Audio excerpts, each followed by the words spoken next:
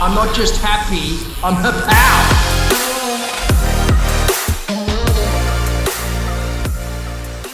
This is Power Up Life, the podcast.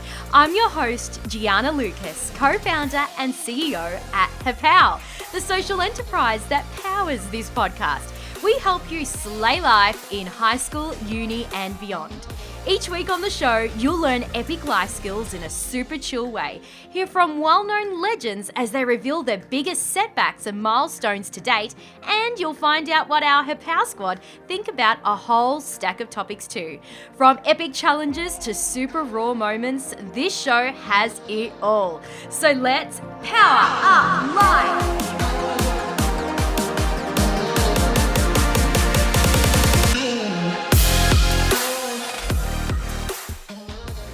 Mindfulness. I reckon it's a strong contender for Word of the Year in 2020. One of the things this global pandemic has done is force our entire society to slow down and be more mindful. It's opened our eyes to see and value what's really important in life. Things like our mates, our fam, and most importantly, our own mental and physical health. Mental Health Month is coming to an end here in Australia, and to be honest, it couldn't have come at a better time with everything we're all experiencing at the moment.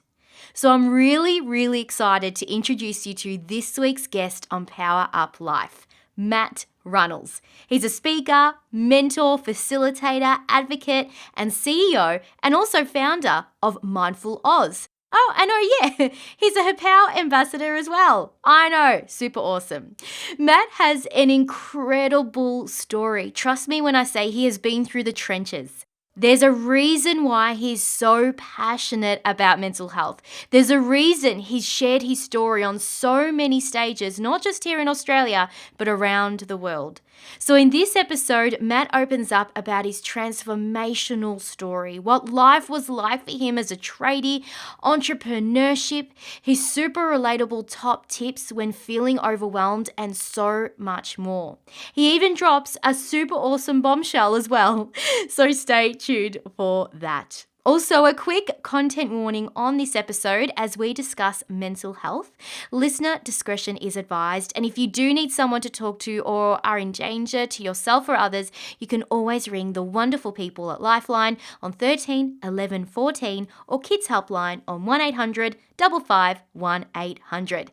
Now let's power up life. Matt Runnalls, thank you so much for coming on Power Up Life. Thanks for having me, and thanks for starting meaningful conversations. I love what you're doing and love that many people out there are getting a hold of the tools, tips and strategies to live a better, more healthy and resilient life. Yes, and that is what we're all about here. And I think it's a wonderful thing because we want to uplift and empower. And, you know, we are going through some uncertain, uncharted waters at the moment, which does bring up a lot of concern and uncertainty in people's lives. Just quickly on that, I'd love to ask you, in this time of COVID-19 and part lockdowns around Australia, I know you and I are both in Melbourne at the moment. How are you finding it all, especially in the line of work that you do? I'm really enjoying it. I normally have a diary that's chock-a-block full of work and, you know, I love what I do and travel around the world doing what I do, but it's nice to have the freedom at the moment to create and to upskill and to better myself so that I can come out of this situation a better person, but also with more tools and techniques and strategies, not only to live well, but to better my career. So I'm really enjoying the freedom of not having to be anywhere and doing anything, and I can just put that time and attention into me so that I can be a better advocate and a better person. So I'm thoroughly enjoying the challenge. Yeah, and I think you're right because you are allowed to be more mindful now because there's less things in the diary. Therefore, you can spend more time at home and I guess brainstorming and getting excited about the future, but also taking a step back. Like you were saying to me before we went on air to do the interview that you're doing a lot of podcasts at the moment, doing your own, but then also being featured on others like ours. How's that been for you? You loving it? It's great. It's fantastic. And I love that meaningful conversations are started out in the world. I love the way in which some of these podcasts are getting a little bit deeper into what I've been through and how I've come out of it, and not so much around the story itself. I mean, I got to press play on that trauma every single day, which I'm fine to do. But I just think that there's better things to get out of my journey than me just being able to tell my story. That motivation will last for 20 minutes for some people, but the tools and skills that I'm able to share with people that have got me through will last a lot longer than that. And so I'm really loving that opportunity to share that with people. And, I do a lot of podcasts even pre-COVID. I think I'm doing about 3 to 4 podcasts a day, which is it's Just crazy. a couple. But it's nice. It's Yeah. nice. People are starting meaningful conversations, and we're seeing a lot of positivity and a lot of tools and techniques spread around the world. And that's a very beautiful thing for everyone. I know that you've shared your story many times over, and I know you've just addressed that then, but I do want to ask you a question about it because for someone who hasn't heard it before or hasn't heard an in-depth story, I'd love to be able to tap into that just to give context to people as to why you've started Mindful Aus and why you've done so much good work with it, because there is always a backstory. And even before we did our interview, before we started this interview, I shared so much of my backstory as well. For someone who has experienced years and years and years of chronic and debilitating anxiety, I understand that 100% is the reason why I do what I do today. And so I wanted to ask, in your past, and looking into your story, you've and let's just cut to the chase. You've lost 6 mates from suicide since you were 12 years old. Yeah, I mean, 8. that's 8. Oh, it's even more 8. Yeah. That's tough. That is really tough.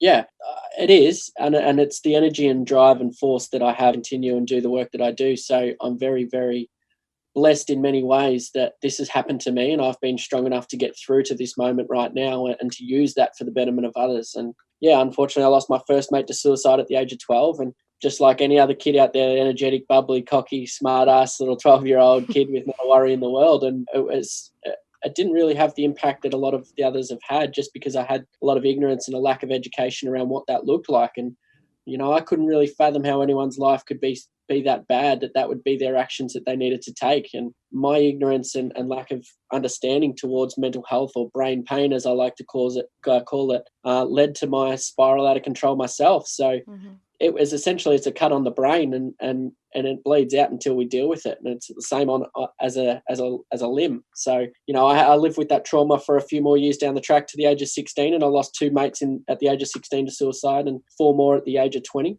I mean, another one, the 4th one at the age of 20. Sorry, and between 20 and 26, I lost 4 more mates to suicide. And it's a lot of pain and trauma to experience, and it's a lot of situations that I wouldn't wish upon anyone. But as I said at the start, I'm very grateful and blessed that in many ways that experiences have happened to me, so that I've become a much better person for it. And externally, I'm able to give these tools, tips, strategies, and those stories of hope, healing, and recovery to many people around the world, and hope that they don't have to experience and endure the same traumatic times that I have. However, I know many will, but it's about knowing what to do when we get into these situations, because there's a lot of life's inevitable situations and challenges that are going to happen. But as long as we're equipped to know that we're strong enough to get through them. And fortunate enough for me, I've had the support around me and whatever amount of resilience that I must have had during those times to get through. And very grateful that I'm able to sit here and talk about these things and use stories that have maybe hurt me in hope that someone gets something out of that to move them forward. That would be a beautiful thing. And I was reading that in 2016, you were still working as a full-time tradie. What were you doing as a tradie? Were you a carpenter, plumber? Plumber. So I was a qualified plumber. I dropped out of school in year 11 to go pursue plumbing, and I didn't drop out of school because I was bad at it or I wanted to do plumbing. I dropped out of school because I just couldn't sit still. So I found myself getting in a lot of trouble, and that was a part of the bipolar that I wasn't familiar with, unable to manage. So I became a plumber in 2000 after year 11, and I did that right up until July of 2017. So I was operating the charity at the same time I was a plumber. I don't miss plumbing at all. I didn't enjoy plumbing at all, and some of the most traumatic experiences outside of the loss of mates have happened for me in the construction industry, and that was a big part of my reason as to fix these stigmas and this macho environment that we see in blue collar industries, prevent people from seeking help and support. And again, just another situation where I can use those experiences for the betterment of myself and others. And I think you hit the nail on the head, because I've got a few mates that are in the construction blue collar industry, and we've had a lot of heart to hearts, at dinner when we're all together, and they'll just say point blank, even though that they're a deep thinker, they feel like in those environments, they can't be completely themselves. They can't be vulnerable, because vulnerability in that industry equals you're not quite quite you're a loser, but you're not strong enough, because they see strength as physical strength, not mental, mindful strength. And I know in chatting with my friends, they find it very difficult to the point where sometimes I just want to throw in the towel and not continue in that industry because it is so tough. And they've tried, especially those that are in more of the management construction roles, they've tried to use their influence to create cultural change in that environment. Because you're right, it's very, very different. And, I think it's so great that you're spending time in trying to empower those industries to go, just because you're a sensitive soul does not in any way mean that you're not strong. In fact, it shows that you're even stronger. Yeah, I think it's really important. We all live with problems and challenges, but yet for some reason we think it's attractive to hide them. But I think what's really attractive is someone who steps forward and owns the stuff that they've gone through and works their way through it, and then uses them experiences to help others. And that vulnerability is strength. That is the birthplace of strength. And the more people we can make aware about or encourage to step forward and own their story, the better this place will be for everyone to live in. So, it starts in those blue-collar industries. They're really tough sort of environments, and for many years they're very cliquey. You don't want to talk to your boss about the things you're experiencing, because maybe the jobs that he'll put you on will be less, or maybe the hours will be less, or maybe he'll even get rid of you. And there was a lot of things that I faced through my experiences. So you just suppress the emotions, and that's not healthy for anyone. So I just encourage so many people to find the people that make them feel like they belong and not fit in, because there's a big difference between those two. And when I did, and essentially found the people that made me feel comfortable and safe and supported in sharing my thoughts, feelings and emotions, well, then life started to become that little bit easier for me. Yeah, and you raised such an important point there. There is a difference between belonging and fitting in. Can you describe for us what the difference is for those who are curious, like myself? Yeah, so fitting in, for I think a lot of people I see from a distance are fitting in. And fitting in is when we have to show up and bring something to the table in order to be accepted to be a part of this group. Whereas a belonging is showing up as you're authentic, unapologetically as you, as weird, as wacky and as wild as that is, or as emotional as it is, being who you really are and not having to bring anything to the table other than just who you really are, and to find and to feel comfort in that group when you do so. So huge difference. I see it a lot of time on Instagram and social media as people trying to fit in and be something that they're not, to feel accepted and to feel like they have a place here. Whereas, we don't think, act or behave the same as anyone else. And yet society will try and confine us to do so. So it's about being who you really are. And when we believe in ourselves, when we be ourselves, and when we learn to love ourselves a little bit more for who we are, well, then life satisfaction improves dramatically, and it has for me 100%. Exactly right. And we all have an individual fingerprint. You think of it like that. None of us are the same. We're all uniquely different. And sometimes we think that when we look at particular groups, they're all the same. You just presume there's this presumption made, and therefore you feel like, well, I am so different. But the reality is, as you said, each and every one of us are so different. It's just that sometimes we put on a front to show that, I'll pretend to be exactly like you. And I have to say that in my own life, when I have been, especially in my younger years as a teenager, when I tried to fit in a couple of times and perhaps not belong, it would never work out. I would be emotionally and physically exhausted, because it's almost like I'm playing a character. I'm acting, and you can only act for a certain amount of time before you crash and burn because you're just stuffed. And for me, I learned at a young age to go, I'd rather just be myself than have to show up as somebody else, because that is just an exhausting existence, and people will never appreciate me for who I am if I don't let them in. Yeah, I mean, it's just so much easier to live in a world in which I can show up and be myself. And, my Instagram all of a sudden now doesn't have a lot of me doing a lot of social things. My Instagram is purely about well-being, resilience, and doing things that make life easier for me and other people. And yet, people will unfollow that. People ask me to post other things, and, we want to see what you do outside of work, Matt. But for me, I find the people that really love and enjoy that, and I feel accepted by the people that still do want to be a part of that. So it's just much easier to be who you are and not someone else. As you said, it's very exhausting to try and front up with a mask on every day. And I did it for about 8 years. So it's just... And how'd you find it? How did you find it? Did you literally just after 8 years go, I've had enough? Like, what was that tipping point? Yeah, I mean, the kick up the butt that I really needed was the loss of my sixth mate, which was one of my best mates to taking his own life. And I mean, it was just so exhausting for me. I sat and bathed in the challenges and the problems that I was experiencing for a long time. And as I talk about it as a bathtub, I was sitting in that bathtub of challenges, problems, trauma, pain, and bathing in it and soaking up in it instead of jumping out of that bathtub and trying to build a ladder to get out of that bathtub as such. So, the kick up the butt that I really needed was sitting up the back of the funeral of my sixth mate and realizing, if not me, then who? And enough's enough. And they were the two things that come to my head that day. And I decided, well, if I don't want to sit up the back of any of these auditoriums, and I don't want anyone else in this room to do the same thing as me, well, I'm going to have to do something about it. And I've got to stop blaming the system and stop blaming people around my mates that treated them poorly or poor workplaces. Stop blaming everyone, Matt, and actually do something about it. Fix those problems. And so that's what I'm actively out there in the world trying to do right now, is take acceptance and onus for the position that I've been put in and the experiences that there's no fortunate about it, but I've been, I've lived, and I'm able to use them to create magic for someone else. And I think there's a lesson in that for everyone about not trying to blame any other situation on anyone else, and to control what we can control. And we're all so valuable in this field of wellness to each other. And you're exactly right. It's not playing the victim card and saying, oh, woe me, woe me. As you said, you decided to do something about it. So instead of being a victim, you be a victor. You decide to be victorious. And clearly seeing this time and time again in my own life and speaking to people, everything happens for a reason. And sometimes the most difficult of circumstances in life happen to us because we're meant to either learn something, grow. It's amazing to see that despite all the trauma that you have experienced, look what you've done with it. You've turned it around, and now you're impacting thousands of people because of that choice that you made. And I'd like to think the same thing in my own life, that I've decided to not play victim and instead to utilize this opportunity that we have to make a difference and create change in our community. And I remember reading about something that you've said time and time again, and you've always said, I want to ensure the next generation doesn't walk into the unknown like I did. Can you tell us if there are people listening right now who perhaps are going through a lot at the moment? Maybe their circumstances at home are hostile. Maybe they're in environments that are causing severe trauma on their mind. They're feeling overwhelmed, uncertain, lost. Maybe they're feeling like their mates aren't there for them in their own head, and they feel like, I don't know what I'm going to do.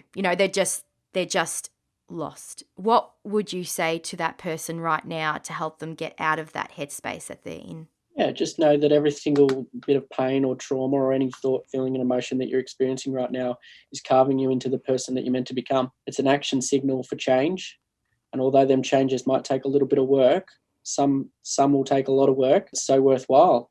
As I said, I sat and bathed for 8 years in the emotional pain and thoughts and feelings that I was experiencing, and never imagined a life possible as the one that I'm living right now. But it is. When we tap into the strength that exists in every single one of us, we can become a beautiful, meaningful soul and set out to make the difference we were born to make. It takes work, it takes tireless work, but the human being is wired for love, belonging, and connection. All we ever want as a human is to love and be loved, seen, heard, felt, and got. And when people can show up and be that person to each other, or we can show up and be that person to ourselves, what's ahead is very beautiful. So take it from someone who sat on the bottom of life for a long, long time. I'm climbing my way back to the top. I got no idea what the top looks like, but it's a continual fight to get there. But something beautiful does exist. I never imagined that a life like this would exist for me. And through tireless work on my mind and behavioral health, by doing the things that I can do that are free to us, that we possess unlimited amounts of, we can become a better person.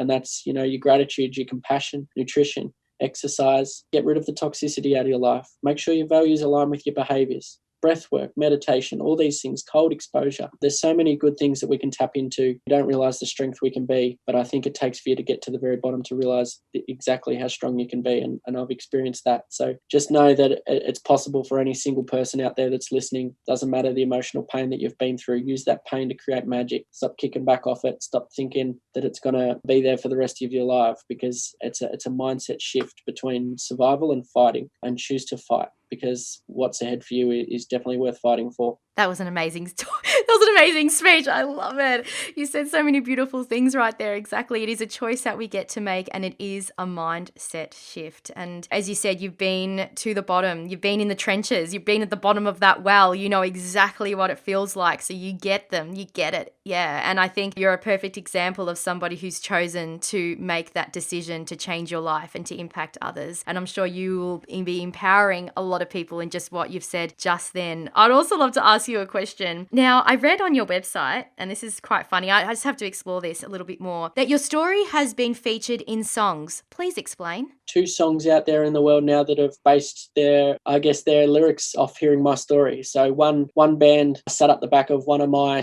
keynotes one time, and then they went away and wrote a song called Bring Me Back to Life. Right. The band is Before Time Fades, and they sang Bring Me Back to Life, which is Wow. a story about my first attempt and how I overcome that, and Wow. how the thought of kids is what brings me energy and drive every single day to continue. And then the second song was written by Siobhan Callahan Tasker, and she sang that at our charity gala ball to open up last year in October. So that song is fantastic, and I'd love to be able to share that with everyone. It's brilliant, and that story is more about the loss of my mates, especially Sean, that I lost in 2016, and how I've used those experiences for the betterment of others, and hopefully not being in that same position, or is there something that I could have done differently, and all the rest of that, and all these constant thoughts that I experienced. So it's nice that 2 people only heard me speak once and went away and went, well, I'm going to write a story about that. I'll write a song about that. And they have, and the songs have been very, very popular, and seen by thousands, tens of thousands of people, which is brilliant. Quite amazing. Did you ever think that songs would be written about you? Not at all. When I got the first phone call, I think I was running around football training, and I got a message, and I think it was a cold night, and I was thinking, how can I get off the training track here? And I went over and checked my phone, and a bloke goes, it inboxed me and said, Matt, I've written a song about you. Yeah, I'd like your help on finalising the lyrics and seeing what changes we can make. There's actually a third one that's just recently done one. He wrote the song about himself after sitting in an auditorium hearing me speak. He was inspired to write a song about his journey. So it's nice to have words and be able to articulate things in ways that make people inspired to do other things. And that's the idea of being a leader in any sort of field, isn't to create followers, it's to create more leaders. And as I said at the start, it's about helping people become believe in themselves and be more of themselves and love themselves. And I think there's 3 people that have gone away and done that and created magic for many other people, which is a beautiful thing. It's so true. You're right. It's not about creating followers. It's about creating leaders. What's next for you then? Would you like to be featured in a movie or a TV show? Like, have you got anything on the cards you want to share? No, TV doesn't interest me. I have been in a 2018 documentary of the year, Suicide: The Ripple Effect. I was only featured in that for very small amounts of time, but that's a 6-time international award-winning documentary that's been seen in 20 to 30 countries by over 500,000 people. So, it was a nice taste of a story of my mentor and one of my best friends in Kevin Hines, and I was just lucky to play a part in that. And it's nice that meaningful conversations have started in many different formats. And if there's anything I can ever do to leverage the conversation, I'm going to do it. So apart from reality TV, I did get asked to go on that a couple of years ago, and I declined. I'm not interested in drama. And where did you get asked to go? Bachelor. Really? I can see. Yeah. You got the hair and the smile and the eyes and all that going for you. Yeah, okay. And you said no. It wasn't so much on the looks front. What they were really looking for is mental health advocates. Yeah. And they wanted to bring mental health mainstream to the TVs, and the year that Honey Badger did it. So there you go. They asked a couple of us mental health advocates in the field if we would be interested in looking into it. All of us declined. So there's other ways in which I can get my story and to get education out there, other than to go through that sort of reality TV drama, and it's not for me. And it is full on. It is a full on experience to go through The Bachelor. I mean, just side note, the fact is that you're in an environment where your phone's away from you. You're living with people, especially for the contestants. You're living with people that you've never met before. You're competing essentially for the one guy or one girl, depending on the season, and it's difficult. It's almost like the rise of the fittest, or whatever the saying is. It's really traumatizing. And sometimes you do hear of the contestants coming out and saying it was difficult. And yes, you get to make friends in there, but it also can be very traumatizing for many. And you're right. I think being a mental health advocate, you don't want to be advocating for something that can be very difficult for some people. And yes, it makes good television, but you're dealing with humans here. You're dealing with the well-being of lots of people. Yeah, it's not my sort of thing. I mean, I'd really love to go on Survivor. I think there's a different element to that. And I mean, as I said, if there's ways in which you can leverage a conversation, and if there's ways in which we can get people talking about this thing, I'm open to anything. But I think that the ways in which we're doing it right now are much more beneficial ways for my health and well-being. And for the people out there, I mean, Mum always said, don't go on reality TV, Matt. You don't have a filter. So it's good for you. That sometimes makes the best television, the no filter. Anyway, I would be a television. They'd love to have my mouth on, but I don't think it would get me in much trouble, much benefit at all. So I have a way in which to just be authentic and real, and I think that is good for TV, but sometimes it's not good for the rest of it. Well, I think what you're doing is very good, and I'm glad you're making choices that benefit yourself and many of those around you. I think Mindful Aus is a fantastic charity, an amazing organisation doing such great work. And I'd love to ask you, how can people get in touch with Mindful Aus? How can they be a part of it? Are there ways for them to do that? Yeah, absolutely. Some of the best stories have come from people that have reached out to me and said that they want to get involved and volunteer. And I mean, one of our is an incredible story. Jamie Wolf, Jamie Munro, now she's married. She came to me probably about 4 years ago and said, I love the work that you're doing. Is there a way in which I can get involved? And I said to her after many discussions, how well are you? And she was obviously passionate because she was experiencing these things and she related with my journey and how authentic I was on it. And so she wanted to help. And I said, how well are you? And she said, no, I could be more well. And I said, I know I can see it. How about we work together and I'll give you the tools, tips and strategies in which I use, and we'll see if they work for you, and we'll get you to a place of wellness so that you're going to be the best advocate you can be. And I'll support you on that journey. So she went away and worked on herself. She came back and she volunteered for 3 years.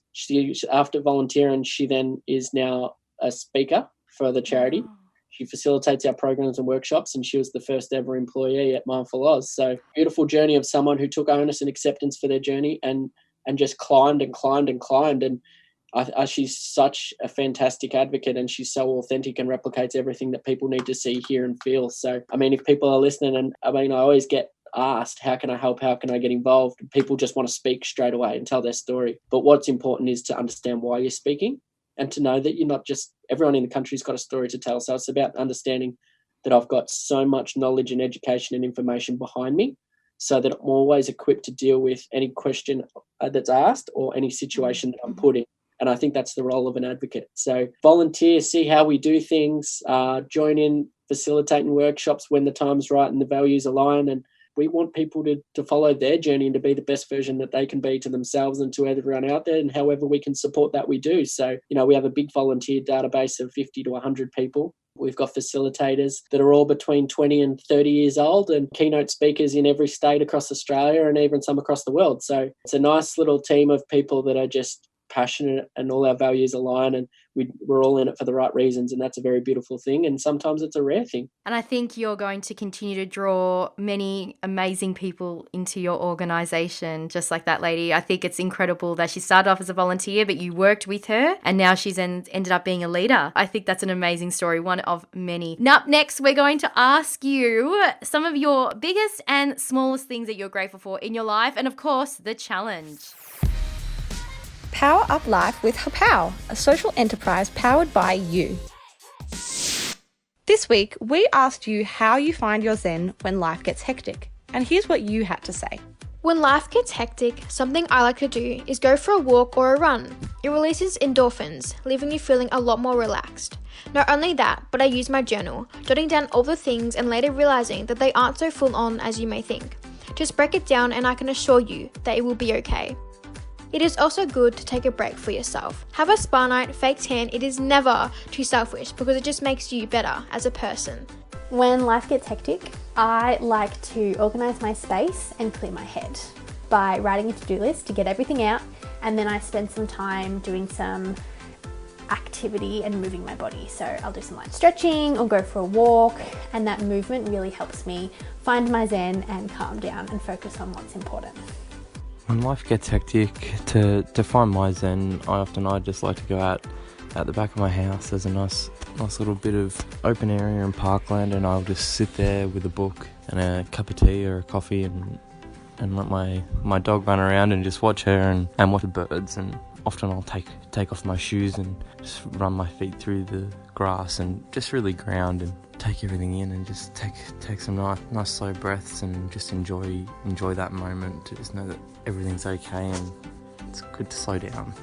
I try to keep a healthy routine going, such as going to bed early or going on a morning run. I find both of these things that I do just really set up my day well and also help me maintain a positive mindset. I'm Carissa Shale, and that's this week's talk topic. Got something to share? Drop us an email, yoursay@happow.com. Learn epic life skills in a super chill way. Sign up for free at happow.com. All right, Matt, what's one big thing that you are grateful for in your life that you just couldn't live without? This would be my goddaughter. There's a long story behind that, but the thought in 2012 that saved my life was the thought of having kids. So it's the energy and drive that keeps me going. It's my end goal, combined with the thought of I don't want my kids to grow up in the same environment that exists right now. I want my kids to grow up in something far better. And that's what I'm working towards. So for me, knowing that the lady that took me in off the street, the young girl that took me in off the street when I was homeless in 2012, she's my best friend and I love her. And I mean, she's going to be upset that I pipped her for being my biggest grateful thing. But she had a daughter called Silver, and Silver is my little goddaughter. And she, just seeing her, the joy that she brings to everyone around her, and just reiterates my thought of one day I'm going to have kids too. And that's why I'm here. And it's my energy and drive every single day to get up and be better. That's probably one of the best answers we've ever been given. Not to be biased, like I'm not biased. I love all our interviewees, but that's like you made me very emotional. I'm a sensitive soul. That's incredible. Okay, all right. What's one small thing that you're grateful for? You're going to make me cry again, or what are you going to say? Small things I probably won't make you cry again. Small things. That's a really tough one. The colour of my logo is orange. When I see orange, that's the colour that I'm very grateful for. It's that replicates that the sun comes up again tomorrow and I've got another chance and I'm grateful to be alive. So orange, the colour orange, wherever I see it, I'm just very grateful for that. That's beautiful.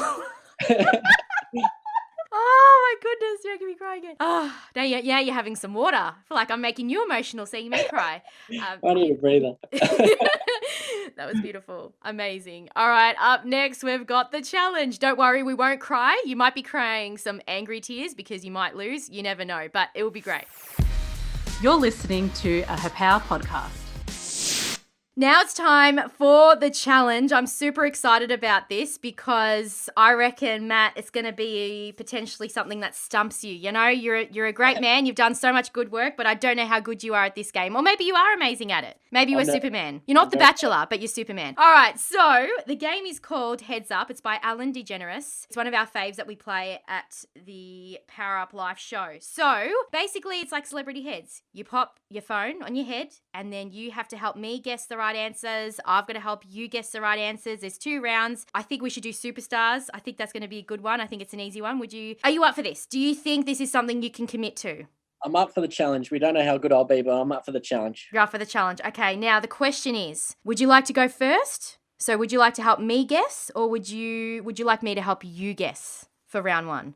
I'd like to help you guess. Okay, so I've got to place it on my head and Yes. You'll help me. Okay. I hope you're good at describing things. How are you at describing things? We'll see. We'll see. I might need to go away and improve after this, but we'll see what happens. Okay. Have you played this game before? No. Okay, all right. Well, this is one that you can play with your mates. That's great, especially during COVID. I've got Brendan here. Brendan, come through. Say hello. How you going, guys? Good. Hey, mate. Good. So Brendan, like always, is going to be adjudicating. All right. I've got superstars on my head. And just so everyone knows who's playing at home, I cannot see the answers. We are doing everything above board here. Okay. I'm placing it on my forehead. Here we go. Okay. TV entertainment host. Oh, that really narrows it down. That really narrows in it. America, What he's Mexican, shows? Spanish. I don't know what show. Flick up. Nah. Like- Next. Oh, heaps of awesome movies like, oh no, now I've gone blank. Heaps. Oh, he's so famous producer. He does all the action flicks. Starts with Q. Oh, Quentin Tarantino. Bingo. Yes. Okay, go. Oh, I can't do this one next time. Up. Oh, High School Musical. Zac Efron. Bingo. Oh, yes. Heidi Klum's ex-partner. Oh, Seal. Yep. Yes. Yep. Oh, yes. Amazing. Rapper. I don't. I was trying to think, but the time was ticking. Okay, hang on, let's have a look at these. Okay, so Mario Lopez, I didn't get. Kristen Bell. What did you say? I didn't know what. I should have said. You said Frozen. You should have said Frozen or something. I've Or never Good seen Place. Frozen. Or Good Place. Or anything. Oh, that's okay. And LL Cool J? Nah, wouldn't have got that one. So I got I didn't do too 3. bad. You didn't know. There was 6 and I got 3. So that's good. I got 3. Excellent. All right, your turn, my friend. All Let's right, see if let's you can give beat it a me. go. Or not beat me. Time will tell. She is now big in the US. She was in 13 Reasons Why. She's also in a movie with Daniel Craig recently called, what's it called? I've forgotten. Oh, No. nah, flick it up, pass it. Okay, Australian actress. She was in Focus. She's oh goodness, she's in every movie. She's gorgeous. She's starts with an M. She was on Neighbours. I can't think of any movie that she's in, but she's famous. M. Oh, like Mario. I can't think of it. Oh my goodness, I'm crashing and burning. You are letting me down here. Flick up, click. No.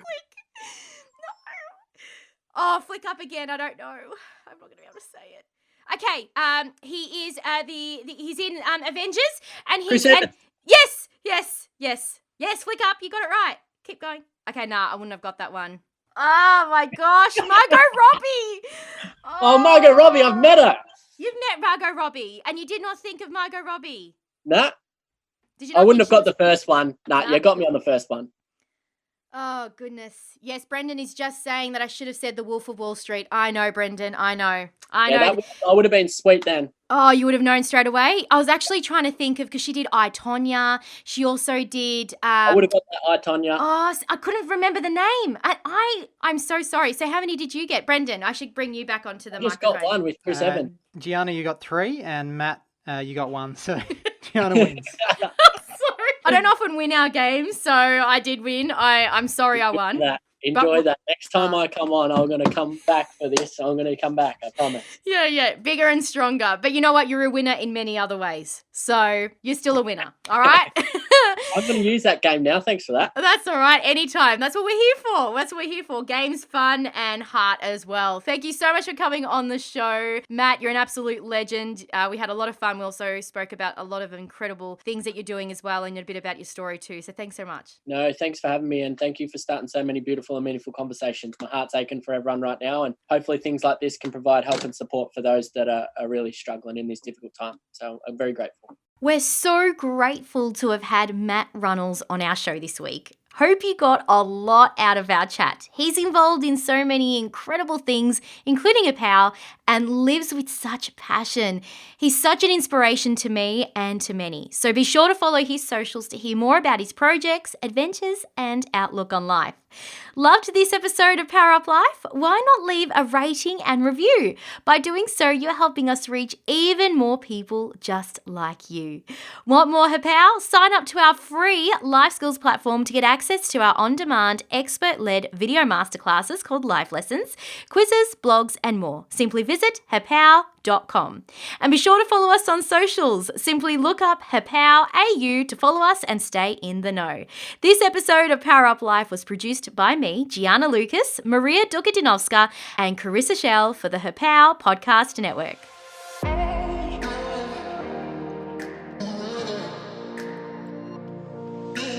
Thanks for tuning into this week's episode of Power Up Life, a Happow podcast.